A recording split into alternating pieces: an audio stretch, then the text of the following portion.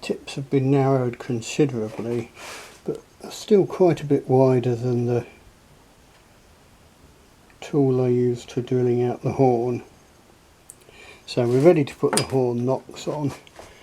A couple of little features.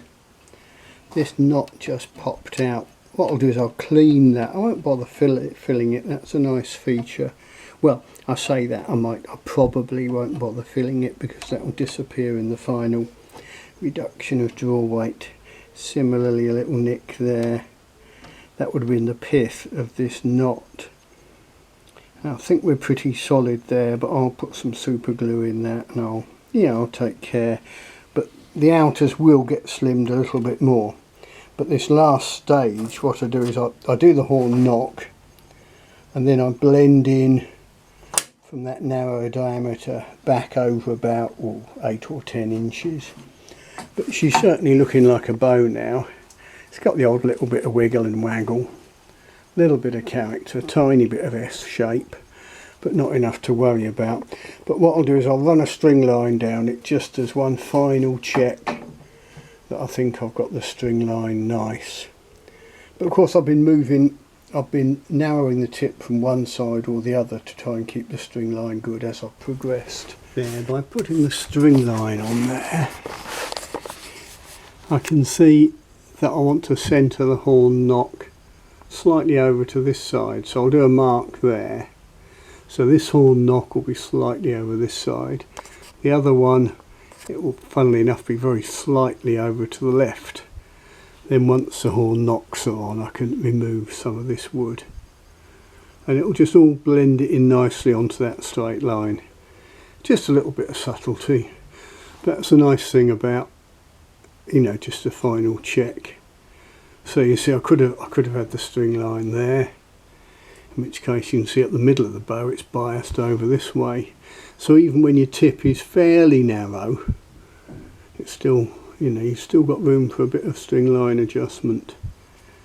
I think that's one of the big mistakes people make. They go and shape a bow with tiny little narrow tips straight away, instead of letting the bow evolve. Right, the horn knock's just about ready to go on. You can see a tiny little hint of the stringer groove left there. That doesn't worry me too much, and you can see a slight witness mark there where I'll push the horn on hard, and that's how far it's going. It's pushing on that far. So if I offer up the tool I used to make the hole, you can see I can take off a tiny bit more wood. And I do that with moving the rasp this way, and that tends to make some faint longitudinal grooves, which just helps the glue ooze out. Now I'll put the bow back up the way it was when I did the string line. You can see we've got a big bulge here. Put it up the other way. Yeah, and you can see it's ugly as sin. It's got this big bulge, but once I blend that in nicely, it'll all look good. That's one of my pet hates, is that people will they'll use a cone cutter and they'll have like what I call a pencil sharpener tip, and then they won't blend in from there back into the limb of the bow. So what I'll do, I'll just take a couple of strokes with the rasp there, and just to show you the improvement it makes very quickly. I go with a big cabinet rasp, but the fine side of it. And of course,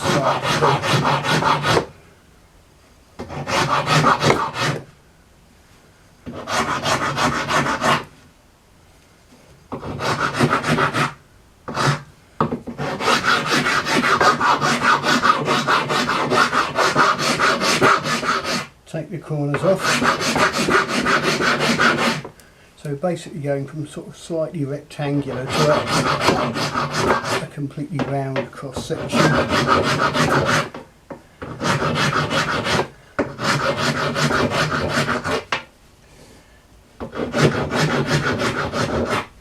That's another knot disappearing.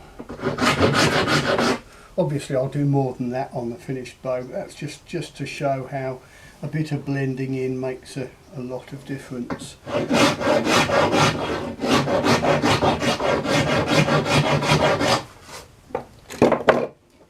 take a lot of time. Just push that on. It still waggles very slightly from side to side.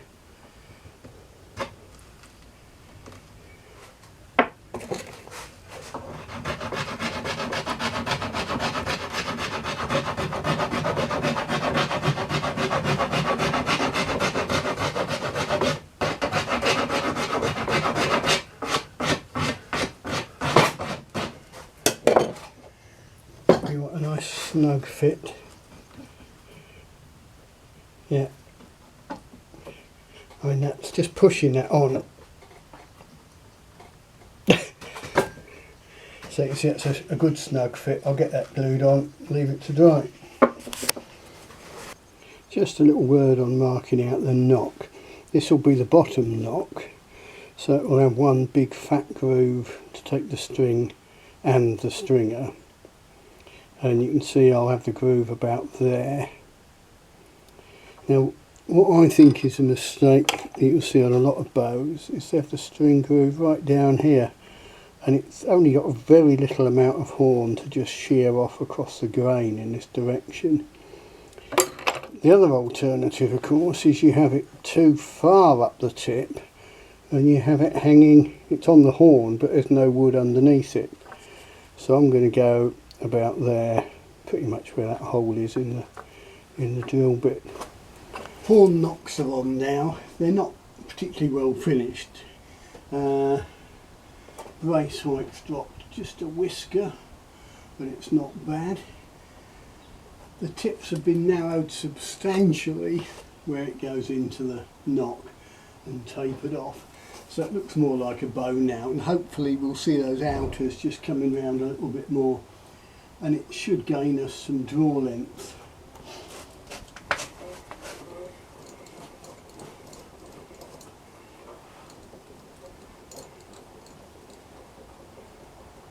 And 60 at 24.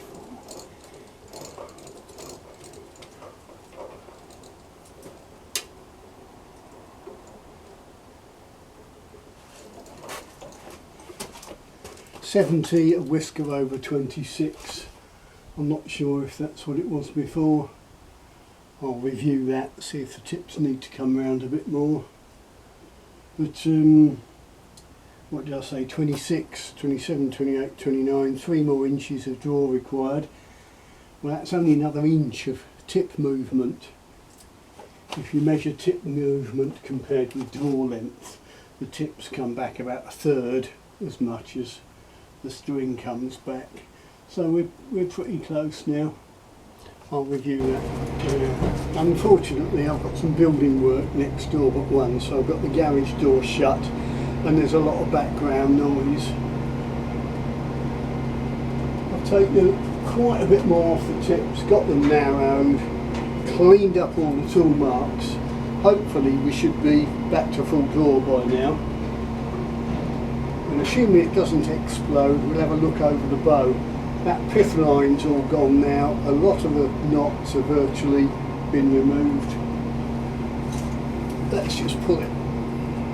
Oh, and the other thing, the distance between the floor and the belly, when I put it on the ground unstrung with the tips on the ground, it's now 25 millimetres. It was 63 on the untouched slave. So that's not bad.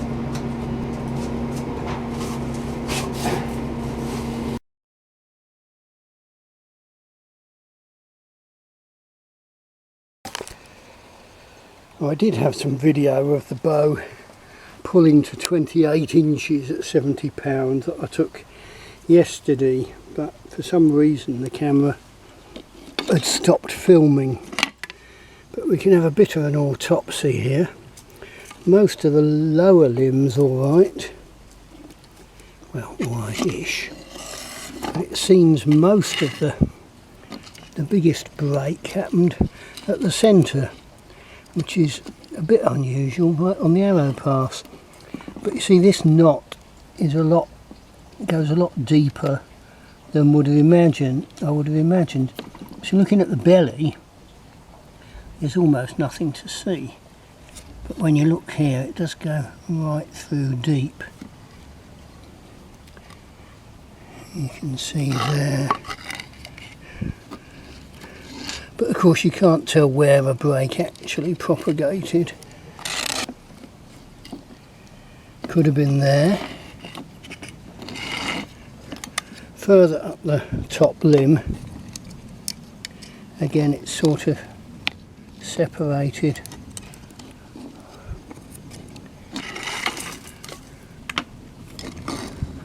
But it's not really gone at a knot here. I suppose the sapwood's rather thin.